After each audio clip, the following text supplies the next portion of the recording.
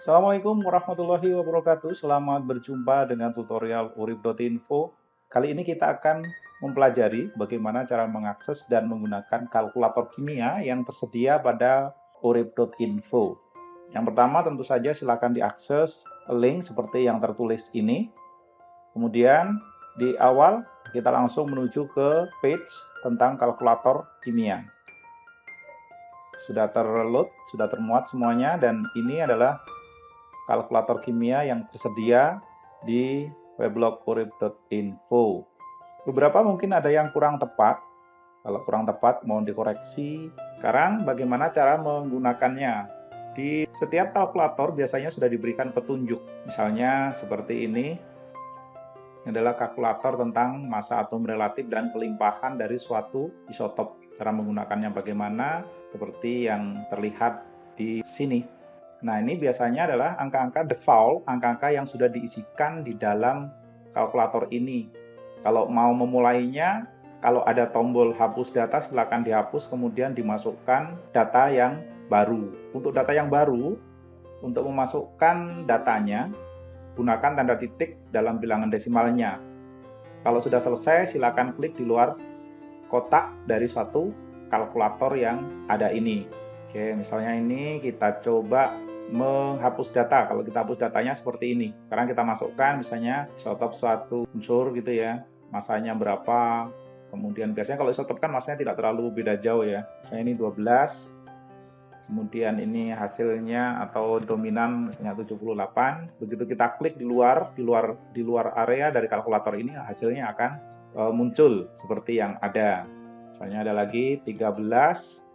Ini ada 12% misalnya. Nah, ini datanya akan muncul. Kemudian isotop yang berikutnya lagi, ini misalnya, ini kan sisa ya, ini kan sudah 90, berarti anggaplah ini 10%. Kita dapati di sebelah sini hasil dari proses hitung kalkulator penentuan AR terkait dengan kelimpahan unsur yang ada di alam. Misalnya seperti itu. Nah, materi-materi ini memang cocok untuk materi-materi kelas 10, dan tentu saja proses hitungnya tidak ditampilkan, tetapi kalau mau silakan dihitung secara manual, dituliskan seperti itu. Ini contohnya, jadi setiap selesai kita ngeklik menginput data, silakan klik di luar. Kalau sudah selesai, klik hapus. Gitu ya. Kalkulator ini memang dirancang untuk pembelajaran kimia di level SMA. Jadi kalau ada penggunaan di luar dari itu, saya tidak bertanggung jawab ya. Karena ini penggunaan hanya untuk level pembelajaran. Ini contoh lagi agar terbiasa jika memang dibutuhkan gitu. Biasanya setiap kalkulator akan diberikan dasar-dasar kalkulasinya yang kemudian akan dibuatkan kalkulatornya yang seperti ini. Berikut ini adalah contoh kalkulator kadar zat atau persen zat gitu ya. Ini ada pilihan persen apa yang kita kendaki. Misalnya di sini adalah persen massa per massa. Di sini ada pilihan persen massa per volume, persen volume per volume, persen massa per massa. Silakan dipilih sesuaikan dengan kebutuhannya. Nanti di sini akan melakukan adaptasi. Kalau dia persen volume per volume, satuannya adalah mililiter. Ini contohnya. Jadi sekali lagi kalau ingin menghapus datanya silakan klik di sini saja. Di HP juga kurang lebih sama, sedikit penyesuaian saja, penyesuaian terhadap layarnya ini. Silakan digeser ke kanan atau ke kiri biasanya kalau memang seperti terpotong begitu. Misalnya ada zat, ini kita isikan ya, masanya 40, kemudian massa campuran atau larutan setelah digabung gitu ya, anggaplah 95, kemudian kita klik di luar area yang ada ini. Kita klik seperti ini. Nah, yang dikosongkan itu adalah yang dicari. Yang kita cari yang kosongkan, yang kita isi adalah data yang memang diketahui gitu.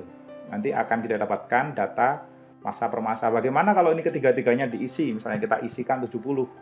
Nah, di sini ada pesan errornya. Ini kita mau menghitung apa kok semuanya diisi gitu loh. Karena itu kita harus kosongkan salah satu yang ada. Nah, misalnya ini, kalau kita kosongkan bagian ini berarti kita akan menghitung massa campuran atau massa larutan. Kalau diketahui persen massanya adalah sekian gitu ya. Di sini ada pesan juga, kalau kita menggunakan bilangan eksponensial, datanya sangat besar atau sangat kecil. Misalnya ini kalau saya tuliskan, misalnya 0,000 sekian gitu. Nah, maka kita nuliskannya, anggaplah ini 5, kemudian 10 pangkat min 5. Cara mengetikkannya adalah dituliskan huruf E, kemudian minus 5. Ini artinya 5 kali 10 pangkat minus 5. Kita klik saja seperti ini jadinya. Jadi kalau mau dikonversi dalam bentuk satuan eksponensial seperti itu. Misalnya ini kita tuliskan saja 34%. Nah, ini hasil hitungnya seperti ini. Jika sudah selesai, ini boleh dihapus, boleh tidak. Artinya kita boleh hapus manual seperti ini ya. Nah, ini boleh seperti itu. Tapi kalau mau menghapus langsung juga hasilnya akan sama. Nah, seperti ini penggunaan kalkulator yang ada. Beberapa kalkulator yang tersedia di blog ini ada yang diberikan tahapan-tahapan perhitungan. Jadi kalau yang tadi kan tidak, proses hitungnya bagaimana itu tidak ditampilkan secara keseluruhan. Ini adalah salah satu kalkulator yang datanya kita input dan kemudian step by step-nya akan ditunjukkan di bagian bawah. Dan ini rutinitasnya memang seperti itu sehingga ini bisa dibuatkan model seperti ini. Caranya adalah dengan mengisikan data yang ada. Jadi misalnya ini ada larutan penyangga asam ditambah larutan asam. Bagaimana cara menghitungnya? Tinggal ngikutin saja. Misalnya di sini diganti ya. Ini 15, yang ini 16. Kemudian ini eksponensialnya KA ya. Dan saya ganti 2. Proses hasil hitungnya itu yang di bawah sudah beres. Nah, sekarang kalau kita tambahkan asam, misalnya satuan asam yang kita punyai, satuannya misalnya milimol. Nah, ini misalnya tambahkan sedikit saja. Nah, hasil hitungnya akan ada di bawah ini, termasuk di bagian bawah ini adalah proses perhitungan untuk selisih pH mula-mula dengan pH setelah ditambahkan asam. Ini salah satu contoh kalkulator yang ada di sini yang ditunjukkan proses berhitungnya. Untuk yang lain, silakan dicoba saja. Kalkulator yang ada di sini beberapa diambil dengan izin yang memiliki, yang membuat kalkulator ini. Tapi kebanyakan sih buat sendiri ya, dengan menggunakan program Excel yang kemudian dikonversi menggunakan suatu jQuery gitu ya. Nah, contohnya yang diambil dari milik pihak lain dan sudah berizin, itu ini penyetaraan reaksi. Karena ini bikinan orang yang sedang belajar juga, tentu hasilnya tidak akan sempurna. Mungkin akan ditemui kesalahan-kesalahan yang tentu saja harus diperbaiki kalau ada yang mau berbaik hati mengingatkan. Misalnya ini soal ya, misal nih.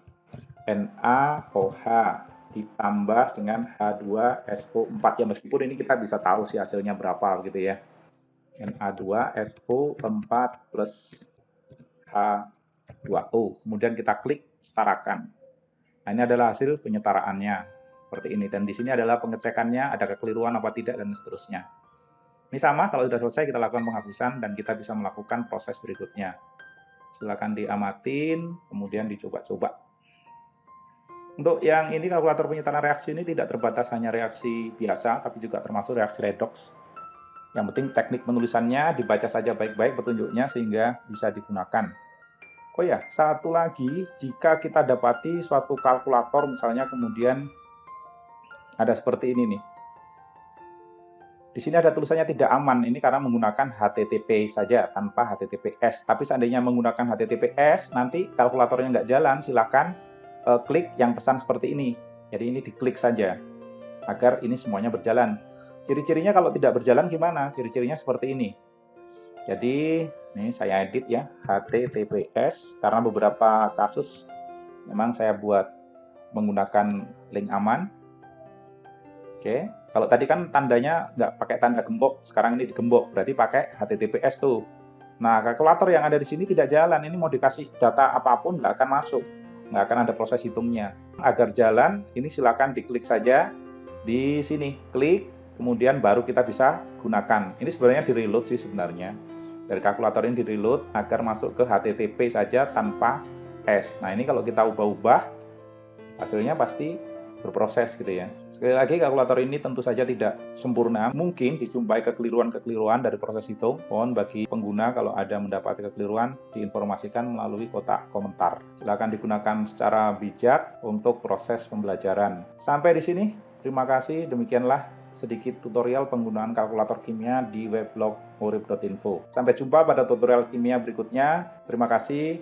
Wassalamualaikum warahmatullahi wabarakatuh.